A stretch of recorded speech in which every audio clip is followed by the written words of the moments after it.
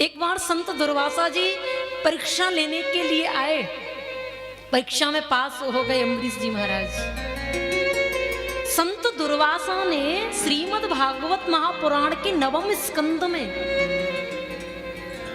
भगवान श्री नारायण से पूछा है कि हे प्रभु, आप किसके अधीन हैं? आप किसके पराधीन हैं? कौन आपको वश में कर लेता है? हमें बताएं। तो श्रीमद् भागवत के 9वें स्कंद में भगवान स्वयं कह रहे हैं, जानना चाहते हो कि मैं किसके अधीन हूं? श्री सुखदेव जी महाराज के बड़े सुंदर शब्द हैं कि अहम भक्त पराधीनो यश्वतंत्र ध्वज साधुभिर्ग्रस्त हृदयो भक्तेर भक्त जनप्रिय। श्रीमद् भागवत में ठाकुर जी स्वयं कह रहे हैं कि मैं स्वतंत्र नहीं हूं। रामचरितमानस में तो तुलसीदास बाबा वर्णन कर रहे हैं, नारद बाबा ने आरोप लगाया है कि परम स्वतंत्र न सिर पर कोई। प्रभु आप परम स्वतंत्र हैं, आपके मन में जो आता है वही आप करते हैं। रामचरितमानस में वर्णन है। नारद जी कह रहे हैं कि आप स्वतंत्र हैं, लेकिन श्रीमद् भागवत के 9वें स्कंद में भगवान नारायण कह रहे हैं कि भैया मैं स्वतंत्र नहीं हूं। अहम भक्त पराधीनो यश्वतंत्र ध्वज साधुभिर्ग्रस्त हृदयो भक्तेर भक्त जनप्रिय। मैं अपने वैष्णव हरि भक्तों के सदैव अधीन रहता हूं। यही बात नारद जी ने भी पूछी है।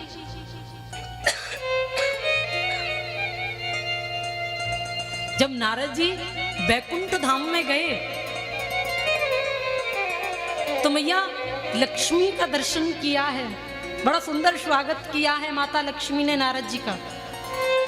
नारद जी ने पूछ लिया, देवी प्रभु श्री नारायण कहाँ हैं? उनके दर्शन करने का भाव लेकर के मैं यहाँ आया हूँ।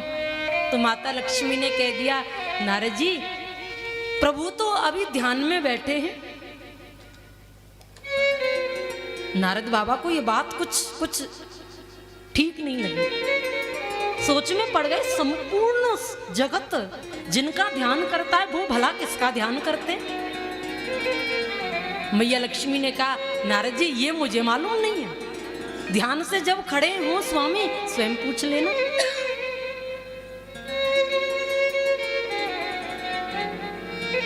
कुछ समय के उपरांत माताओं ठाकुर जी ध्यान से खड़े हुए हैं। प्रणाम किया, प्रभु एक जिज्ञासा है मेरी, एक प्रश्न है आपके चरणों में। बोलिए क्या क्या? मुझे ये बात समझ में नहीं आई। सारा संसार आपका ध्यान करता है, आप भला किसका ध्यान करते हैं? ये बात मुझे समझ में नहीं आई। भगवान श्री नारायण ने कहा, नारद जी एक बात बताओ, संसार में सबसे बड़ा कौन है? नारद जी कहने लगे, प्रभु संसार में सबसे बड़ी है माता पृथ्वी। भगवान नारायण ने कहा, अरे नारद जी संसार में सबसे बड़ी माता पृथ्वी कैसे हो सकती है? वो तो शेषनाग के सिर पर आधार रखती हैं। वो कैसे बड़ी हो सकती हैं? नारद जी ने कह दिया, प्रभु बिल्कुल समझ गया, सबसे बड़े हैं शेषनाग। नारायण भगवान ने फिर कहा, अरे नारद जी शेषनाग सबसे बड़े कैसे हो सकते हैं? वो तो बाबा भोलेनाथ के गले में शोभायमान रहते हैं। नारद बाबा ने कहा, प्रभु समझ गया, अब तो सबसे बड़े हैं भोलेनाथ। नारायण भगवान ने फिर प्रश्न कर दिया, रे नारद जी सोच समझ करके प्रश्न का उत्तर दें। भोलेनाथ सबसे बड़े कैसे हो सकते हैं? कैलाश पर्वत को तो रावण ने उठा लिया, नारद जी कह रहे हैं प्रभु अब तो मुझे ऐसा लगता है कि संसार में सबसे बड़ा है रावण।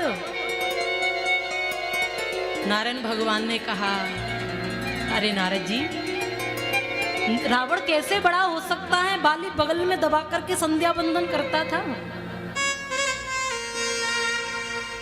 थोड़ा सोच समझ। नारद बाबा ने पुनः कहा कि प्रभु अब तो मैं बिल्कुल समझ गया, अब तो मैंने जान लिया मान लिया सबसे बड़ा है बाली। भगवान नारायण ने पुनः कहा अरे नारद जी जरा सोचिए बाली संसार में सबसे बड़ा कैसे हो सकता है। बाली को तो राम जी ने मारा था।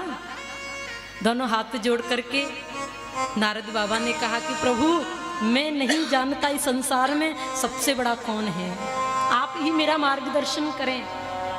तो ठाकुर जी ने बड़ी गजब की बात कही है, नारद जी मैं जानता हूं संपूर्ण संसार जो है मुझ में समाया हुआ है, लेकिन मेरे वैष्णव हरि भक्तों के अंतस्थ में अंतःकरण में हृदय में मैं समाया हुआ होता हूँ, इसलिए मैं बड़ा नहीं हूँ, मेरे वैष्णव हरि भक्त बड़े हैं।